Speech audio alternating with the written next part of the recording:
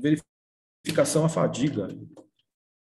Em estruturas de pontes ou viadutos, obras de arte, você tem uma situação que não acontece em edificações, que é a situação de repetição de cargas, né?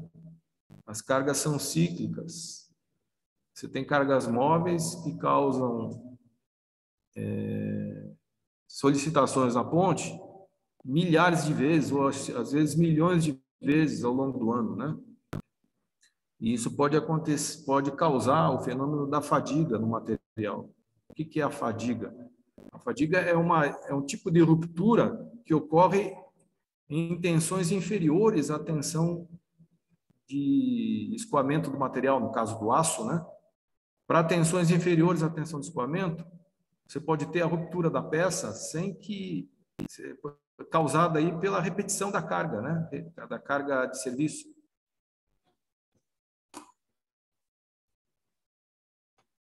Então é um fenômeno, uma falha que é causada por ciclos repetidos, né, de tensão. Isso acontece em estruturas do tipo peças de motores, turbinas, apoios de pontes, elementos estruturais de pontes, né? Então, são elementos estruturais que sofrem a repetição das cargas, né? Então, uma característica importante da fadiga, que é a ruptura, até destaquei aqui, ó, a ruptura ocorre numa tensão menor que a tensão de escoamento. Então, você faz lá o dimensionamento da estrutura, considerando que a sua resistência seja a resistência máxima do material, né, a tensão de escoamento, no caso do aço, só que a fadiga vai causar uma falha abaixo da resistência nominal, resistência característica do material da peça, certo? E ainda, essa ruptura, ela é causada por cargas de serviço, não é a mesma carga que foi usada lá no estado limite último. São cargas inferiores, cargas que acontecem no dia a dia, que causam a ruptura por fadiga, né? Então, no dimensionamento de uma estrutura, nós consideramos o estágio 3 como a configuração de deformação na iminência da ruptura da peça, né? Nós consideramos o estágio 3. Só que a fadiga não acontece no estágio 3, porque esse tipo de carregamento aqui, ele nunca vai acontecer. Nós colocamos aqui coeficientes de segurança que fazem com que isso aqui não aconteça, né? Isso aqui nunca aconteça. A fadiga, ela vai acontecer para cargas de serviço, cargas que acontecem no cotidiano, que vão estar enquadradas aqui no estágio 2 de deformação da peça. Então, as fórmulas que nós usamos aqui para fazer o dimensionamento a verificação, no caso, o dimensionamento é feito no estágio 3, mas a verificação à fadiga, nós usamos fórmulas da flexão simples, que acontece na configuração de deformação do estágio 2. O que acontece no estágio 2? Você tem um diagrama de tensão, um diagrama de deformação um diagrama de compressão do concreto linear. O perfil de tensão do concreto ainda linear no estágio 2. Tá? Então, você tem aqui a linha neutra, né? Digamos que a linha neutra seja aqui. Tem uma seção da peça, né? Se a linha neutra está nessa altura aqui, o diagrama de compressão do concreto no estágio 2, ele não vai ser aquele parabólico retangular que a gente considerava aqui no estágio 1, estágio 3, né? No estágio 3 a gente considerava um diagrama parabólico retangular. No estágio 2, o diagrama de compressão, de tensões de compressão vai ser linear, variável, mas linear, né? Então, as fórmulas não são as mesmas usadas aqui, né? Aqui também você não tem o concreto participando de tensões de tração, somente o aço, né? Então, quando abre a primeira fissura, você tem aqui a viga sendo carregada, né? Com pouca carga, não tem nenhuma fissura aberta ainda. Então, o concreto ainda tem alguma resistência à tração, junto com o aço, participando junto com o aço. Agora, no estágio 2, assim que abre a primeira fissura, o concreto deixa de ter resistência à tração, né? Aí configura o início do estágio 2. Então, essa é a situação que nós consideramos, né? O perfil de tensões de compressão do concreto linear, né? E o aço participando sozinho das tensões à tração.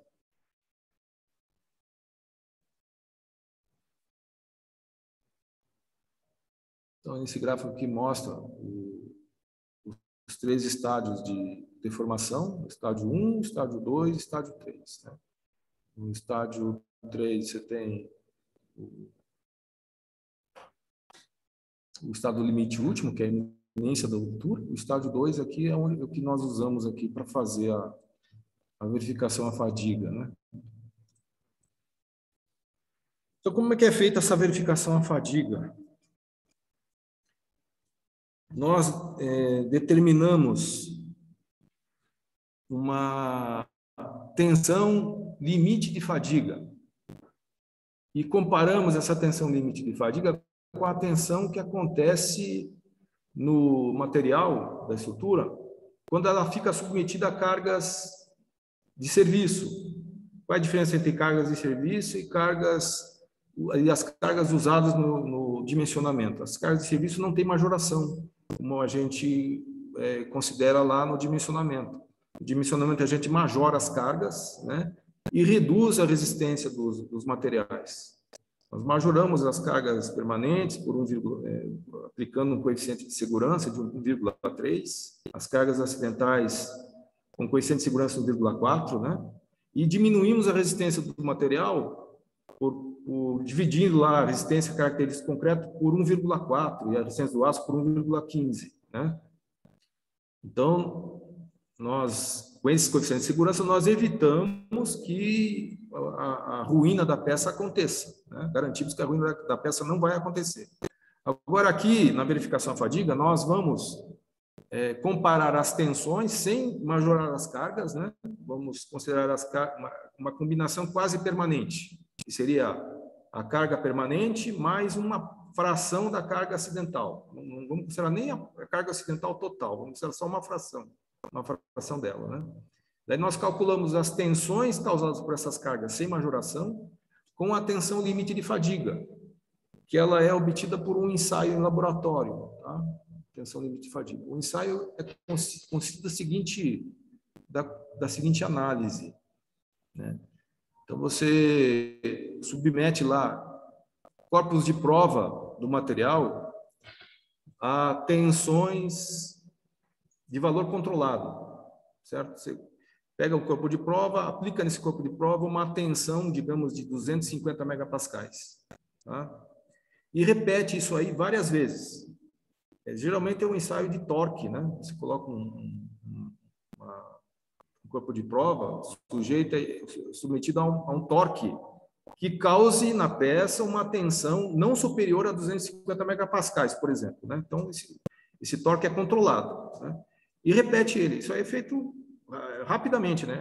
É uma máquina que causa torque no material assim de maneira bem rápida, né? Submetendo a peça lá a essa tensão de 250 megapascais, por exemplo. E vai repetindo esse torque até se constatar que a peça sofra falha por fadiga, certo? Então, digamos lá, submetendo o corpo de prova a uma tensão de 250 megapascais.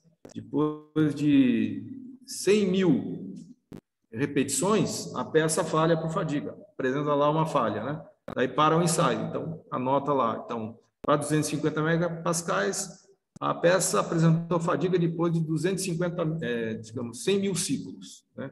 100 mil repetições, a peça falhou, né?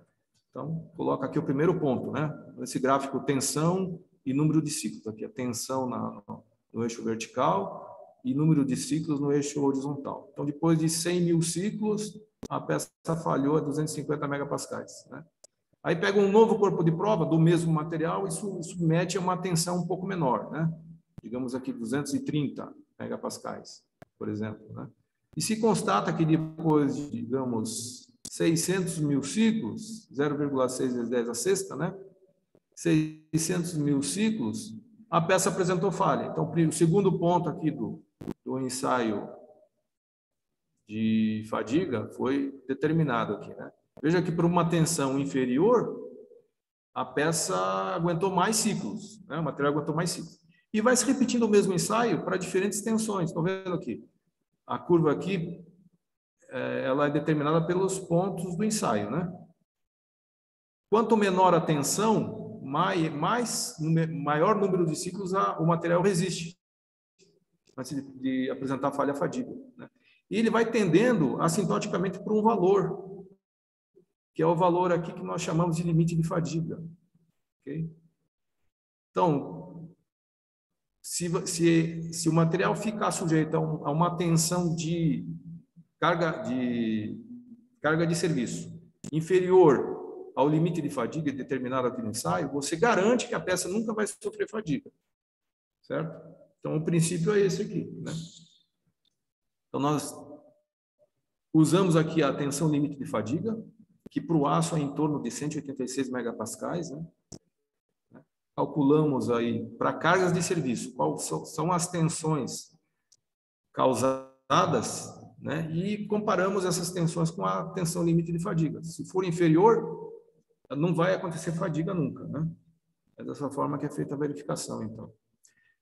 A norma 6118, ela apresenta aqui as tensões limites de fadiga em função do tipo de armadura que você pode ter na estrutura. Se for barra reta, né, ou com uma dobra maior que 25 vezes o diâmetro da peça, esse D maiúsculo ali seria o diâmetro de dobra, certo? Então, se o diâmetro de dobra for maior ou igual a 25 vezes o diâmetro da peça, você considera aqui, para as diferentes bitolas, esses valores de tensão limite de fadiga em megapascais. Tensão limite de fadiga aqui é representada pela letra delta F índice SD, tá? Isso aqui é a tensão limite de fadiga. Então, para barras retas, essa tensão fica em torno de 190 megapascais. Para barras de aço de diâmetro de 10, 12,5 e 16, né? Milímetros. Diâmetros maiores interferem aí nessa resistência à fadiga. Ó. Diâmetro de 20 milímetros, a tensão limite de fadiga já cai para 185. Aumentando um pouco mais, aí já cai para 180, né? Diâmetro de 40 milímetros, a tensão limite de fadiga vai para 150 megapascais. Então, existe aí uma variação da tensão limite de fadiga em função do diâmetro da barra. Barras com diâmetro maior apresentam limite de fadiga menor, né? Ainda se a barra tiver uma dobra com um diâmetro menor que 25 vezes o diâmetro da barra, né, a tensão limite de fadiga cai mais ainda, certo? De 190 vai para 105. Se você apresentar uma dobra muito acentuada com um diâmetro menor, né, que 25 vezes o diâmetro da peça, por exemplo. Certo? Ou ainda, se for menor que 20 milímetros, para um diâmetro de dobra igual a 5 vezes o diâmetro da peça. Você tem essas outras condições aí. Então, para cada situação da armadura no concreto armado, você poderia ter aqui um valor de limite de fadiga diferente, né? Você tem que associar aqui a configuração correta da armadura. Estribos tem um diâmetro de dobra um pouco menor ainda, um diâmetro de dobra mais acentuado. Então, o limite de fadiga cai mais ainda, vai para 85 megapascais, né? Ambiente marinho também tem interferência nisso.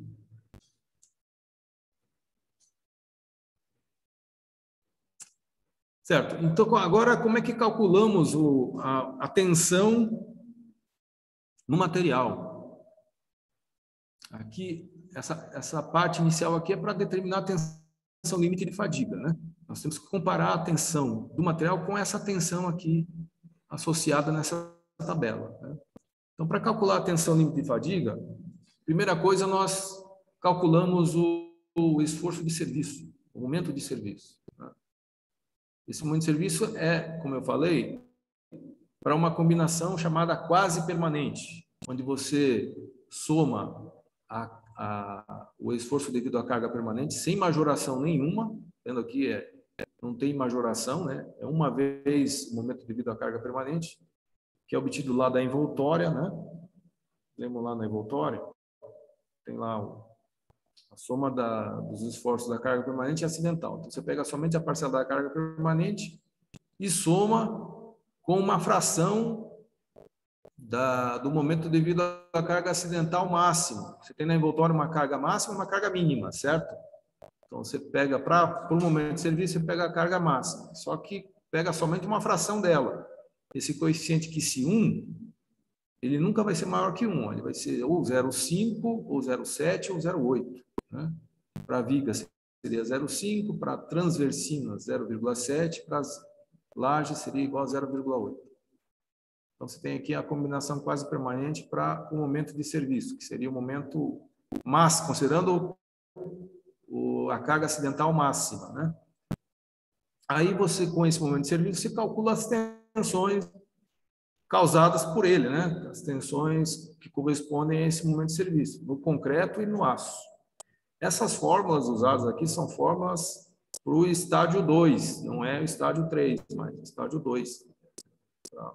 Onde você tem lá a tensão, o diagrama de tensões de compressão do concreto, um diagrama linear. Né? Então, não é a mesma abordagem que a gente viu no estado limite último. Né? Por isso, as fórmulas aqui não vão ser usadas as mesmas fórmulas, nem aquela tabela de flexão simples que a gente usou lá para o dimensionamento. Vão ser fórmulas diferentes. Então, para calcular a tensão no concreto, precisamos aqui saber a profundidade da linha neutra, que é a distância x, e o momento de inércia no estádio 2. Isso aí é obtido pelas seguintes equações. Vamos aqui apresentar essas equações. Então, para calcular aqui o valor de x, você vai usar essa fórmula aqui, que é obtida dessa análise, onde a tensão de compressão do concreto é linear. Estão vendo aqui? Ó, né? Então, você faz aqui uma análise de proporção, porque aqui é uma variação linear, né? Uma análise proporcional com semelhança de triângulos. Né? Então, você obtém, a partir dessas equações aqui, a fórmula que te determina aí o valor de x, né? Profundidade da linha neutra, x. Para calcular o x, é necessário aqui determinar dois parâmetros, o parâmetro A e o parâmetro D0. O D0 seria uma altura útil média, que considera aí as áreas de aço tracionadas ou comprimidas, se houverem, né? Então, você pega aqui o produto das áreas de aço, se elas estiverem em vários níveis, né? Você também pode considerar aqui as áreas de aço em diferentes níveis de armaduras, né? Cada nível vai ter uma altura útil correspondente. Então, faz o produto das áreas pela altura útil correspondente e divide pela soma das áreas total. Por isso que é uma altura útil média, né? D0. Quando você tem a área de aço somente em um nível, ela fica igual à altura útil D. Esse parâmetro A depende da área de aço tracionada, mas também da largura da viga, BW. Certo? Esse parâmetro alfa-E é a relação entre, está aqui ele, ó, a relação entre o módulo de elasticidade do aço e do concreto. É aproximadamente igual a 10. Vou pegar o módulo de elasticidade do aço, 200 gigapascais, mais ou menos, né? E dividir pelo módulo de elasticidade do concreto, vai dar um valor aproximadamente igual a 10. A gente usa o valor 10 aqui para determinar o parâmetro A. Então, com os parâmetros A e D0 definidos, calcula-se aqui o valor de x. Né? O momento de inércia vai ser função desse x. Ele vai pegar aqui a inércia da área comprimida de concreto, BW x ao cubo sub 3, né? BW largura da viga, x é a altura da profundidade da altura da linha neutra. Então, o momento de inércia em relação à linha neutra. E aqui, a segunda parcela seria o momento de inércia da área de aço, da área tracionada de aço. Então, essa inércia no estádio 2. Com os valores de x e do momento de inércia, calculamos, então, a tensão no concreto aqui, ó, né? A tensão no concreto seria o momento de serviço vezes o x dividido pelo momento de inércia no estágio 2. Então, essa vai ser a tensão máxima na área comprimida de concreto aqui no estágio 2, né? Aí, calculamos a correspondente tensão no aço, por semelhança de triângulos, que é apresentado aqui, né? A correspondente tensão no aço vai estar aí associada à tensão no concreto e à altura x e a profundidade d, né? Isso aqui é resultado de uma semelhança de triângulos, desses dois triângulos aqui, né? Alfa aí aqui continua sendo o valor aproximadamente igual a 10, né? Parâmetro que relaciona o modo de elasticidade do aço com o do concreto. Então, calculado a tensão no aço, para os esforços de carga acidental máxima, né? Aí calculamos as tensões para os momentos devidos à carga acidental mínima. Fazemos a mesma coisa, só que agora consideramos não o momento de serviço, mas o momento mínimo. Esse momento mínimo também leva em consideração aqui uma combinação quase permanente, né? Que seria a soma dos momentos devido à carga permanente com os momentos devido à carga acidental, só que agora com os valores mínimos da envoltória, tá vendo? Valor mínimo. Para o momento de serviço, considerou o momento máximo das cargas acidentais. Aqui, o momento mínimo está associado aos momentos mínimos das cargas acidentais. Aí faz o processo, calcula a tensão no concreto para as cargas acidentais mínimas e a correspondente tensão no aço também para as cargas acidentais mínimas. Então, com essas duas tensões, aí fazemos a verificação aqui em cima, né? A verificação seria a seguinte: a diferença entre as tensões máxima e mínima tem que ser menor que a tensão limite de fadiga, para você garantir que a fadiga não aconteça na peça. É a diferença, que não pode ser maior que a tensão limite de fadiga. Então, essa é a verificação da fadiga que a gente faz depois do dimensionamento, né? Depois do dimensionamento da viga.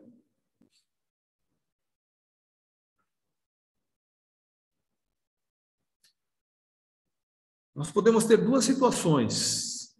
Como a viga tem a laje colaborante, nós podemos ter a linha neutra dentro da laje, que seria a seção retangular, né? Ou podemos ter também a linha neutra abaixo da laje, que seria a seção tipo T, segundo caso, né? Seção tipo T.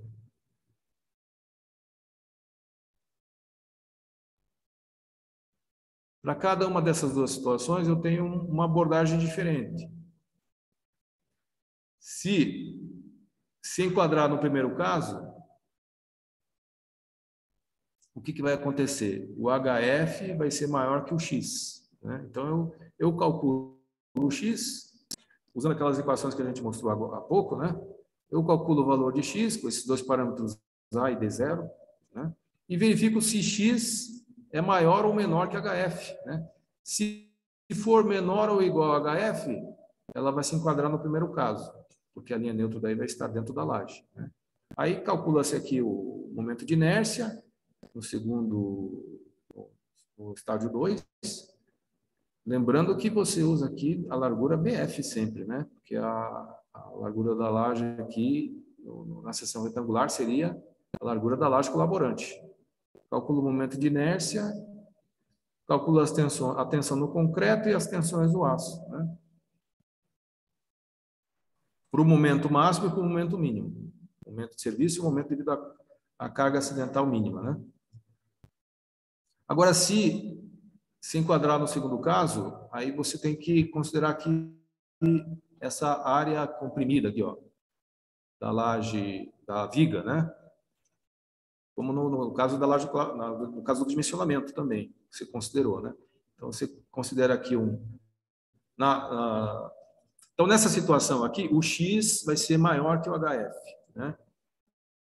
Você calcula o X normalmente e verifica lá que ele resulta maior que HF. Então, daí você vai ter a seção tipo T. Nessa situação, você tem que calcular um novo X, certo? Então, você vai determinar o valor de D0 e de A novamente. Só que agora considerando um novo parâmetro, o parâmetro que separa a laje colaborante da laje da área da comprimida da viga, né? Então você vai ter aqui um parâmetro asterisco que vai considerar somente essas áreas da laje colaborante aqui, ó. Tá vendo que é B menos BW, né? B seria aqui o BF, né? O B índice F menos BW. Você vai considerar esse parâmetro asterisco no cálculo do D0 e no cálculo do parâmetro A para determinar um novo valor de X. Então, você vai aqui somar as áreas de aço com essa área asterisco, né? Essa área asterisco, ela vai multiplicar uma altura útil de linha que você tem aqui, ó. Aliás, ela vai multiplicar a metade da espessura da laje, certo? Então, aqui está uma forma resumida, né? Então, o roteiro de cálculo que eu escrevi para vocês aqui está mais detalhado. Então, no caso da seção retangular, né? Você vai calcular D0 e A, o valor da posição da linha neutra, o X2. Se X2 for menor que HF, cai na situação de seção retangular, calcula o momento de inércia e faz a verificação normalmente, né? Agora, se o X2 for maior que HF, cai na seção tipo T. Aí você calcula esse asterisco, né? Considera ele aqui no cálculo dos parâmetros D0 e parâmetro A. Você vai considerar ele junto com as áreas de aço. Essa área, a S' seria a armadura de compressão. Se existir, né? Se não existir, ela é igual a zero. Essa parcela não tem, certo?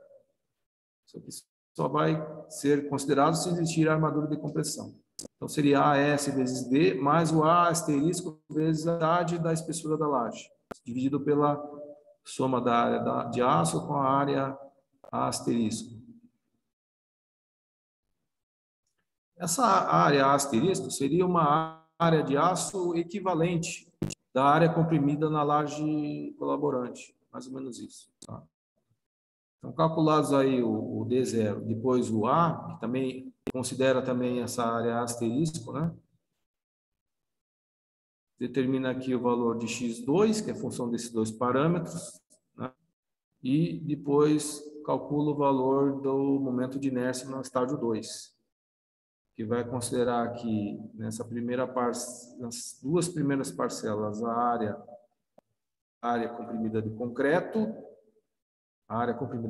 mais a área tracionada de aço, né? O momento de inércia da área tracionada de aço e o momento de inércia da área comprimida de concreto.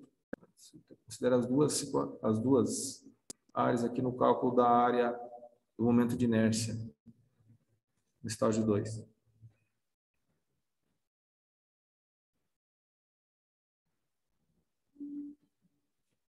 Depois fazemos aí a verificação, né? Das tensões no aço para o momento máximo e para o momento mínimo. A diferença entre os dois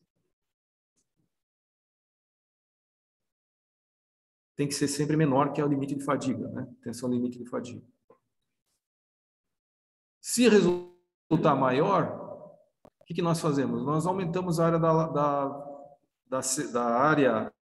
a área da armadura tracionada na proporção necessária para que a verificação seja respeitada, né? Então, você vai dividir aqui o delta sigma S pelo delta FSD, né? Que é exatamente Aqui vai dar um número maior que 1. Se você tiver o delta S, delta sigma S maior que delta FSD, a relação entre eles vai ser maior que 1. Então, você vai majorar a área de aço efetiva, né? Você vai majorar na proporção necessária para fazer para atender a verificação da fadiga, certo? Você vai calcular aqui uma área de aço nova e vai fazer uma nova verificação, né? Se delta sigma S resultar maior, tudo bem, aí garantiu, né? Aí você estabelece aí uma nova área de aço. Agora, se continuar menor, majora novamente. Essa majoração é feita até que a verificação seja atendida, ok?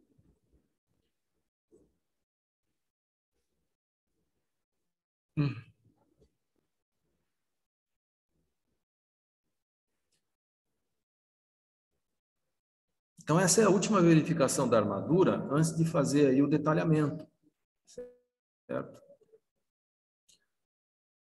No detalhamento, você vai respeitar as distâncias entre ferros, vai respeitar a distância do cobrimento nominal, certo? E vai posicionar os ferros dentro da seção de concreto, né? Respeitando as distâncias mínimas. São dadas aqui na norma 6118. Essas são essas distâncias aqui. Enfim. Então, se você tiver lá a seção de concreto, né? Você vai distribuir as armaduras respeitando essas distâncias entre ferros, né? Essa distância na direção horizontal, A índice H. Se tiver mais de 2 camadas, você também tem que respeitar a distância de ferros, que seria o A índice V, né? Que é dado aqui, ó. Certo? O A índice H não pode ser nunca menor que 20 milímetros, né? Ou o diâmetro da própria barra, ou 1,2 vezes a dimensão do agregado graúdo. Dependendo do tipo de agregado graúdo, você pode ter dimensões diferentes, né? Normalmente se usa aqui agregado da Vita 1, né? Seria 25 milímetros vezes 1,2. Na maior parte das vezes, a distância, o limitante aqui são 20 milímetros, né? Entre ferros. Isso é importante porque isso que vai determinar o número de ferros que você vai posicionar, o número de níveis que você vai posicionar as armaduras aqui, né? Digamos que, sei lá, 9 ferros.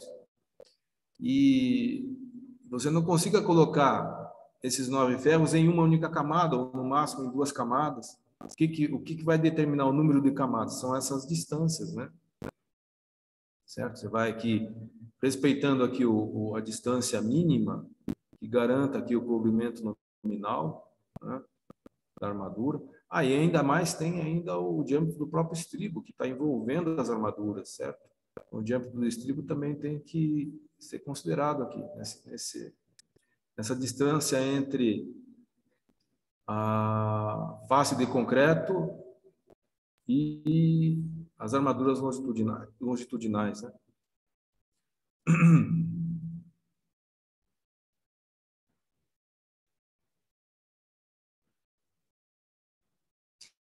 Isso também vai impactar no valor da altura útil considerada aí no dimensionamento, né? O número de níveis de armadura vai modificar a posição aqui do centro de gravidade dessa armadura. Se colocar aqui 3 níveis, o centro de gravidade vai estar aqui no nível central, no nível do meio, né? E é a partir daqui que você vai considerar aí a distância da altura útil, certo? Então, a altura útil vem lá do topo da viga, né? Até o centro de gravidade da armadura. Lá do topo da viga, né? Fiz um corte aqui no centro da viga. Mas a altura útil vem lá do topo da viga e ela vai medida sempre a partir do centro de gravidade. Então, depende do número de níveis que você coloca aqui as armaduras, essa altura útil pode ser menor, né, do que aquela considerada a princípio.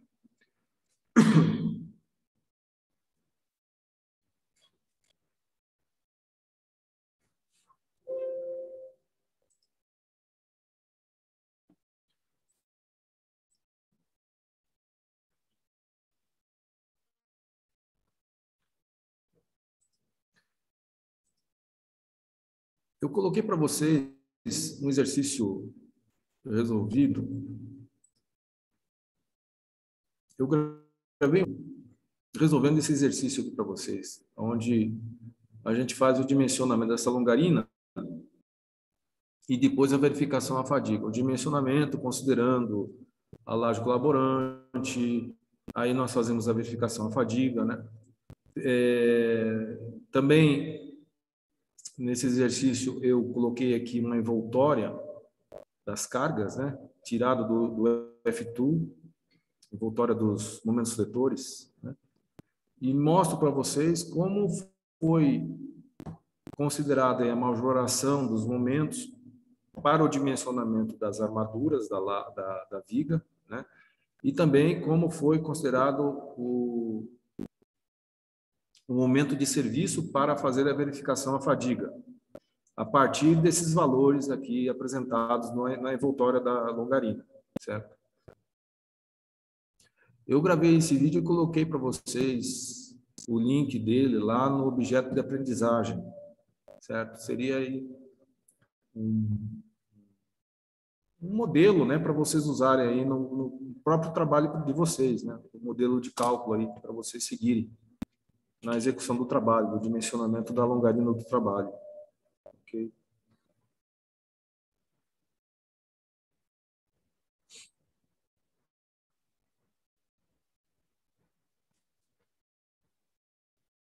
Na próxima aula, a gente vai fazer o dimensionamento dos estribos, da armadura transversal.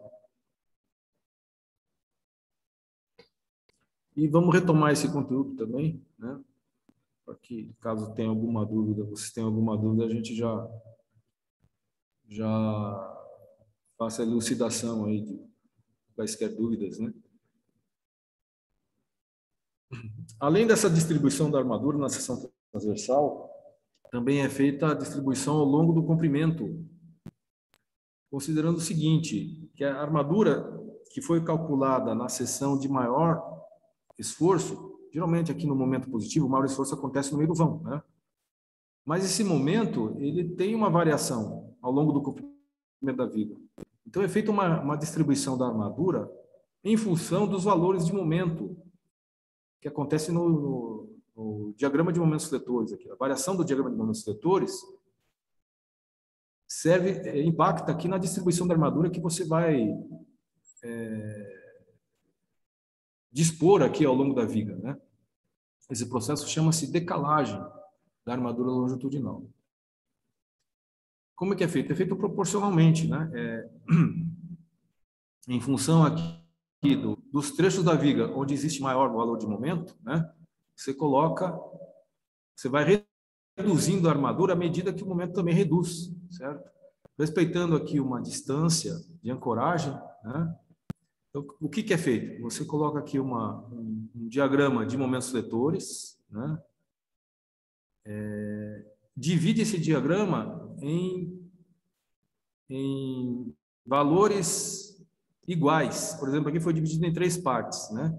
Então, na parte onde o momento é maior, você vai ter a armadura total, né? A armadura que foi dimensionada para o momento máximo no meio do vão, né? Então, nesse trecho aqui, que vai do ponto Q até o ponto Z, né? Na verdade, você dividiu aqui o diagrama em 3 partes e determinou aqui 3 distâncias, né? Uma distância central, um trecho central aqui, onde o momento é maior, um trecho um pouco maior aqui, onde você, nesses trechos que não aqui fora do trecho central, as armaduras diminuem, porque aqui você vai considerar somente 2/3 do momento, né? E num trecho mais próximo do apoio, a armadura seria 1/3 da armadura total, certo? Então, se faz essa divisão do diagrama de movimentos setores em 3 ou 4 partes, aí vai do projetista, né? Vai da intuição de cada um, né? Divide em partes iguais, e em cada parte você vai colocar proporcionalmente a quantidade de armadura necessária para atender esses valores de momento. Só que, além disso, você também precisa colocar aqui uma extensão, um prolongamento da armadura, contemplando aqui a ancoragem dela no concreto, né? Vai usar aqui uma distância A, que vai depender aqui das formas de ancoragem básica, né? Do comprimento de ancoragem básico, definido na norma 6118, né? Esse comprimento de ancoragem básico é igual a tensão de escoamento do aço, né? FYD, dividido pelo FBD, que é a tensão de ancoragem entre o concreto e o aço, né? Vai depender do FCK. O FBD aqui seria o valor dependente aqui de um parâmetro FCTD, que é a resistência de aderência entre o concreto e a armadura, né? 0,15 vezes o FCK elevado a 2/3. Então, o FBD vai ser função desse FCTD e também em função do tipo de armadura que está sendo considerado, se são barras lisas, se são barras entalhadas, se está em situação de boa aderência ou situação de má aderência. Então, são parâmetros aqui, ETA 1, ETA 2 e ETA 3, que são colocados aqui e variam em função do tipo de barra ou da condição de aderência da armadura, né? Então, a partir desses parâmetros todos, e do FCTD, que é a resistência de aderência do concreto à armadura, você determina o valor de FBD, né? Esse FBD vai ser usado aqui no cálculo do comprimento de ancoragem básico, LB, que você vai considerar aqui no comprimento adicional, né? Porque você tem a armadura aqui dentro quando você dividiu o diâmetro de momentos setores, determinou aqui trechos, as armaduras terão o seu comprimento definido. Além desse comprimento, tem aqui uma distância A, né? Que depende daquela distância de ancoragem básica. Ok? LB.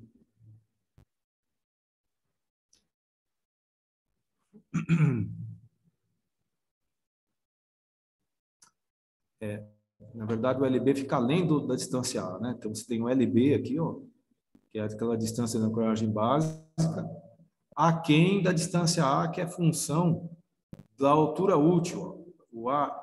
Esse A seria 0,75 vezes a altura útil da viga. Certo? Então, aqui você define o comprimento das barras, né, em função da necessidade determinada pelo valor de momento fletor em cada trecho da viga. Nas regiões onde o momento é maior, vai ter mais concentração, vai ter maior área, né? Vai ter a área máxima aqui que foi calculada. Nas regiões onde o momento diminui, essas áreas de seção transversal de armadura também diminuem proporcionalmente, certo? Isso vai valer tanto para o momento positivo quanto para o momento negativo. Tá?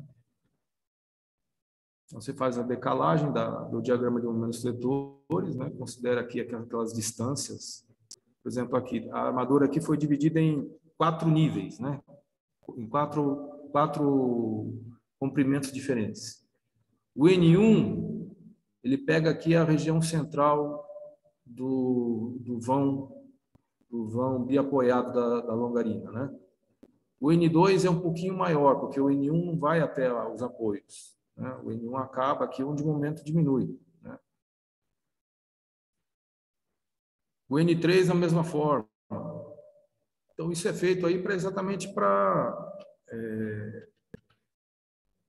fazer a economia, né? Tornar a estrutura mais econômica sem deixar de atender ao aspecto de segurança, né? Você vai estar ainda colocando armadura proporcionalmente à necessidade de que a viga apresenta, né?